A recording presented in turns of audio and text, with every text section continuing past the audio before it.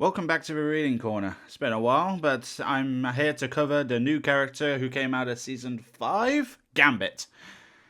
And he's going to be joined by Rogue later on in the series, but for now we're going to jump into his lore segment and I'll talk more about his actual gameplay at the end. So, this is Deal of a Lifetime. Nowhere, an interstellar outpost built inside the floating skull of a fallen celestial. It's a place where the galaxy's greatest protectors and most cunning criminals alike can find momentary respite on their travels across the endless void of space. And one day, not long ago, it happened to host both in the very same seedy watering hole. "Let's play another hand," Gambit said from his table at the back of Starlin's bar. "Winner takes all. I'll deal." "Oh, look who's got himself a fancy new deck of cards," Rocket Racoon said, raising a furry eyebrow as his companion pulled out a stack of shimmering playing cards from the pocket of his trench coat. "A gift," Gambit said, his lip curling up into a cunning smile, "from the Grandmaster himself. If you're expecting accents, don't expect too much. I'll try, but..." The other players at the table, including a stone-faced Cronin and a reptilian Badoon, began to whisper in disbelief. "An Elder of the Universe?" read Rocket. "Those guys aren't nothing but trouble. I heard they built a new domain on the edge of the universe," the Cronin added. "They say it's some sort of cosmic theme park," the Badoon chimed in. "They hold countless species captive and make them fight for the entertainment of their guests." "What have you gone and got yourself into this time, Remy?" asked Rocket. Remy LeBeau stopped and considered his friend's question for a moment. What had he gotten himself into? It wasn't an easy thing to explain, and Gambit was known for keeping his cards close to the vest. But the connection he had built with Rocket over the years was strong enough that he felt comfortable revealing a few select secrets. "I don't know if you heard, mon ami," Gambit began, "but Rogue and I finally tied the knot." "Yeah, I heard," Rocket grumbled as he took a swig of his drink. "My invite must have gone lost in the intergalactic post." "It was an intimate affair," Gambit continued, putting a comforting hand on Rocket's shoulder. "Just us and our fellow X-Men. Nothing too fancy." "You're not making it any better, Cajun," Rocket snarled. "Anna Marie deserves nothing less than a flocking fairy tale." "We just sis," Gambit replied. "But the universe, she had other plans for us. Before we could even cut the cake, Krakoa got swept up in some sort of temporal tempest that transported the entire island, and almost every mutant on it, into the distant future." "The time stream entanglements," Rocket said knowingly. "Yeah, as Guardians have been trying to clean up the mess that thing left behind ever since. And we can barely keep up. We've been fighting our tails off across every reality, from Clintar to Krakoa, back to Clintar, then to Kunlun, and probably a few other places that don't start with a K." Rocket paused for a moment as he realized that something in Gambit's story wasn't adding up. "Wait, if you were on Krakoa when it got ported across time and space," Rocket said, "then why the heck weren't you at the Hellfire Gala when Ultron attacked? We really could have used you and Rogue. Mostly Rogue." "Funny," Gambit said as he dealt another card to each of the players at the table. "But the truth is, by the time Krakoa was under siege, we were already on the other side of the galaxy." "Doing what exactly?" Rocket asked, before suddenly putting up a hand, stopping Gambit from responding. "Actually, I don't want to know. You lovebirds keep the gruesome details to yourself." "What kind of man do you make me out to be?" Gambit inquired. "Let's just say you've got quite a reputation, Remy," Rocket replied. "And it ain't just because you're one of the best thieves in the galaxy. After me, of course." "Well, my reputation as a thief is the only one that really brought me here," Gambit said in a hushed tone. "But Rogue don't know that part. At least not yet." "I'm listening," Rocket replied. "Like you said," Gambit continued, "Anna Marie deserves only the best. And when our wedding didn't go as planned, I thought I could make it up to her by giving her the honeymoon of her dreams. I got Stormy to reach out to her Belle Lero de Wakanda to loan us one of his fancy spaceships so I could sweep my bride off on a romantic voyage across Jesus Christ, the French is going to murder me. Okay. "But let me guess," Rocket said, peeking over his cards suspiciously. "You had ulterior motives." "You know me so well," Gambit said. "But they ain't as sinister as you might assume. Let me be the judge of that." "When that nasty time storm hit," Gambit explained, "me and Anna Marie lost more than just a perfect wedding day. We lost our wedding rings, too. They got sucked into the void, vanishing into time and space. It haunted me that I wasn't able to give Rogue the symbol of my devotion that she deserved, so I started digging around to see how I could get her a new ring. A better one. Something as one of a kind as she is. Let me guess, Rocket laughed. That's when the Grandmaster showed up with an offer you couldn't refuse? Indeed he did, Gambit said. You know Rogue doesn't really care about all that material stuff, right? Rocket said, tapping the table to request another card. All she wants is you dummy. That may be what she wants, Gambit said, sliding the card across the table to Rocket. But she deserves more. She deserves the best. Even if it means making a deal with an elder? Rocket questioned. Do you know how dangerous that is? Of course I do, Gambit said. And any good thief knows that the biggest risks come with the biggest rewards. And let me tell you, those rewards are tres grand. Give me the details already, Rocket demanded. The suspense is killing me. Grandmaster appeared to me back on Krakoa in his astral form, Gambit explained. Said all he wanted was for me to steal some sort of mysterious contract from his fellow elder, the Collector. Seemed simple enough. So, I have heard rumours of that contract, the Badoon across the table said. Do tell, Rocket said, curious to learn what the Badoon claimed to know. Information like that comes with a cost, the Badoon said. Afraid all my credits are already in the pot, Gambit replied. But I happen to have an extremely rare item from Earth, Rocket chimed in. Something practically priceless. Tell me more, the Badoon demanded. It's a completely authentic signed photograph of intergalactic pop sensation Lunar Snow, Rocket said, pulling out the glossy headshot. Get your scaly hands on this, and you'll be the envy of all your clutch mates. Deal, the Badoon said it ecstatically, swiping the photo from Rocket's hand while Rocket silently telling Gambit that he owed him another one.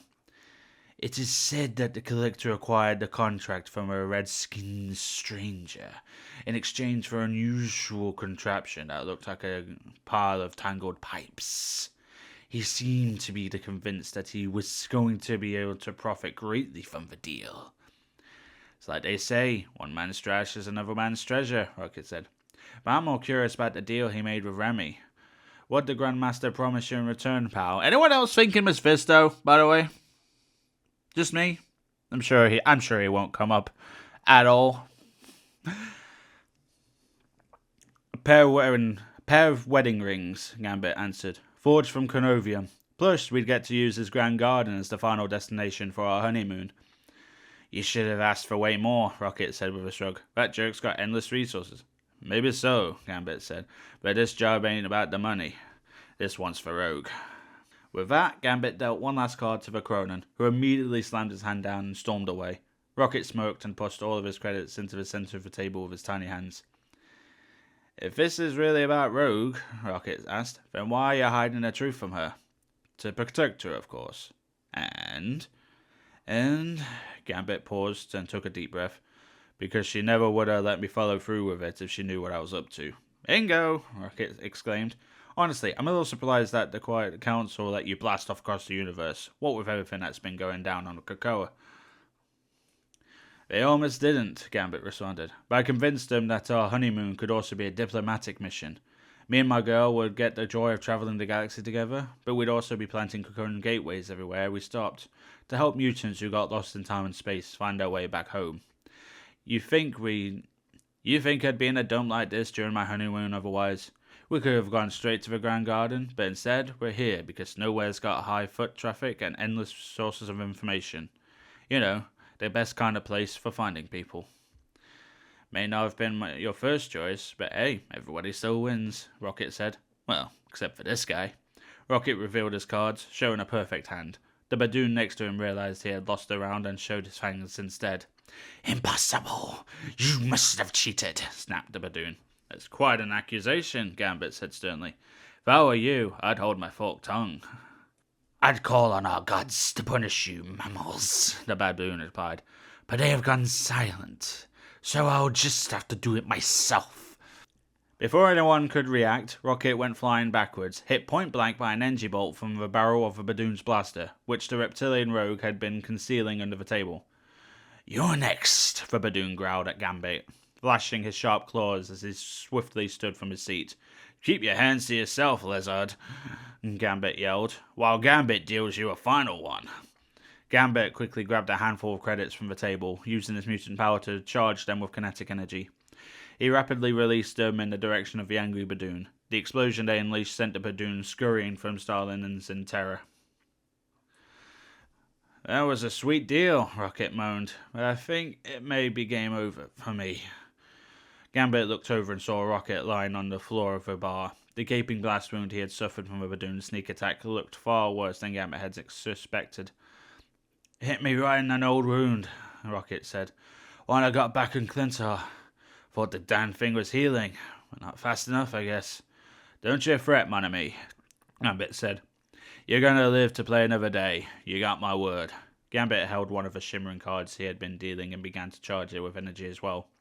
But the way it sparkled was unlike anything Rocket had ever seen before. What are you? Rocket had asked, not sure if he was hallucinating from the pain.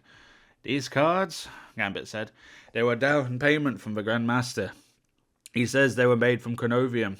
With the right kind of charge, they can do some serious damage. Or, if you're lucky, they can undo just as much.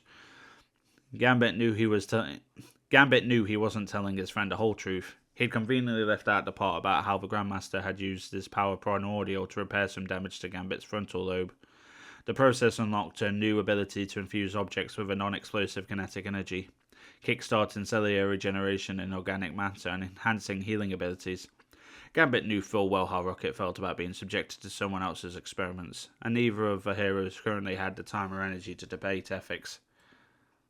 He may have been holding his tongue, but not his cards. Gambit flicked one directly at Rocket. The injured raccoon didn't have the strength to try and swipe it away. As the card hit its target, Rocket was engulfed in an aura of energy, and when it finally faded, his wounds were gone. What the fuck just happened? Rocket asked, his hands frantically searching his body for any remaining traces of the damage he had incurred. Saved your life, homie, Gambit said, grinning. Now you owe me. Rocket sighed. Never means keeping my yaps shut and not telling Rogue about what you're up to, don't it? You know me so well, Gambit said. Fine, Rocket replied. You go and have your perfect honeymoon in the Elder's weird domain. But if you mess things up, which, let's face it, you probably will, I get to be the first to say I told you so. Deal? Sounds fair to me, Gambit agreed. Now how about we play another game? Just you and me. Gambit pulled a single die from his pocket. Rocket instantly snatched it from Gambit's hand and gave it a closer look. Not so fast, Rocket said. I saw one of these back on the game world once. It's a chronovium die. It'll roll any number its owner wants. Where'd you get your hairless hands on one of... Oh, the Grand Master, right? If I finish the job and steal that contract for him, Gambit said, he's going to turn this little beauty into Anna Marie's new wedding ring. Can't get more special than that, Rocket said, nodding with approval. Maybe your heart is in the right place after all, Remy. It won't be for long, a voice yelled from the doorway of the bar. Not after I rip it out of your chest. Rocket and Gambit turned to see the Badoon that had fled earlier returning to the scene with several of his reptilian brethren. They looked ready for a brawl. Guess we're playing another round after all, Rocket mused as he reached under the table and drew his oversized iron cannon. Gambit grabbed his staff and prepared to leap into action alongside his rodent ally. But just then, he felt a familiar hand on his shoulder. He turned to find himself face to face with his wife, Rogue, and she did not look thrilled. Thought you were supposed to be on our honeymoon, Remy, she said. But here you are in the middle of the night playing cards and getting into all sorts of trouble with this unsavory crew. I'm quite savoury, thank you very much, Rocket said, pretending to be insulted as he unleashed a volley of cannon fire at the approaching Badoon warriors. And it ain't your boy's fault. I was the one who dragged Remy into this mess. Anna Marie, wasn't I, Cajun? We? Gambit hesitantly agreed. It was all the raccoon's doing. I expected better from you, Rocky, Rogue said, shaking her head disapprovingly. Remy, have you a hand? I'll make it up to you, Cher, Gambit promised. Right after we deal with these jokers. Leave those cold-blooded creeps to me, Rogue said, rushing into the clutch of reptilian rabble-rousers and dispatching them with a few swift punches. That's my girl, Rocket said, cheering Rogue's victory. No, monsieur, Gambit said, kissing the back of Rogue's hand. That is my girl. If you want it to stay that way, Mr. LeBeau, Rogue replied, then we'd better hit the space highway before Rocky here can pull you into any more of his shenanigans. Oui, Madame LeBeau, Gambit replied with a smile. A grand garden awaits. As the happy couple exited Starling's bar, Rocket desperately wanted to come clean and tell Rogue the whole truth. But he owed Gambit, and that meant giving him the chance to pull this off on his own terms. So instead, he called after his friends to wish them well, and to ask one small favour. "You two kids be safe and have fun," Rocket said, touching the healed wound with a strange look of nostalgia in his eyes.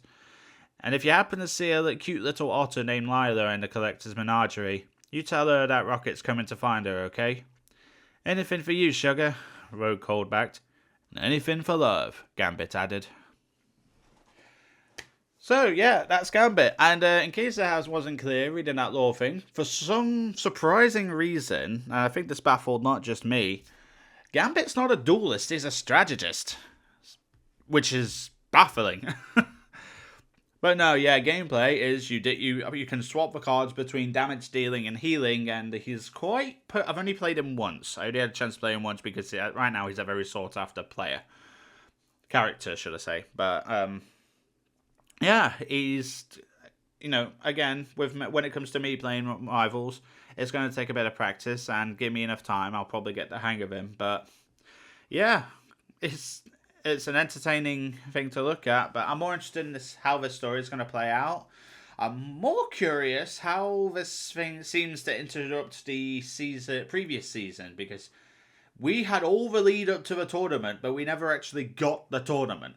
Like, are we going to come back to that, or is the design team realize, hang on, how are we going to do this tournament? They have multiplayer tournaments in Marvel Rivals. That's the whole thing. Are they going to tie that into that? Because that would be fun. That would be really clever, really fun, and it would be fun to see it as a play. I want to see this tournament play out. I mean, no, I know narratively speaking, the Iron Fist has to win, but at the same time, it's like there is enough there for a whole mini event of its own that we have yet to. So yeah, I am hoping that we come back to that somewhere. I'll have to look it up, see if there is any plans. But yeah, anyway, this was Gambit. This is the lore segment that's explaining what's going on in this season, which is Gambit's been enlisted by the Grandmaster to steal a contract from the Collector. Obviously, it's going to play into his theme park in some way, which we've already seen from Jeff, Psylocke, and Mantis's lore segments, so we knew we were coming back to that. That will either be the second half or more likely the next season. We'll have to wait and see. There's definitely tease that a Mephisto may be involved, unless we've got another red-skinned baddie that's prone to making deals. Anyway, thanks for listening. Be sure to subscribe so that when I get the gallery cards for this series, you'll be able to hear them as they come out. So, thanks for listening. See you in the next one.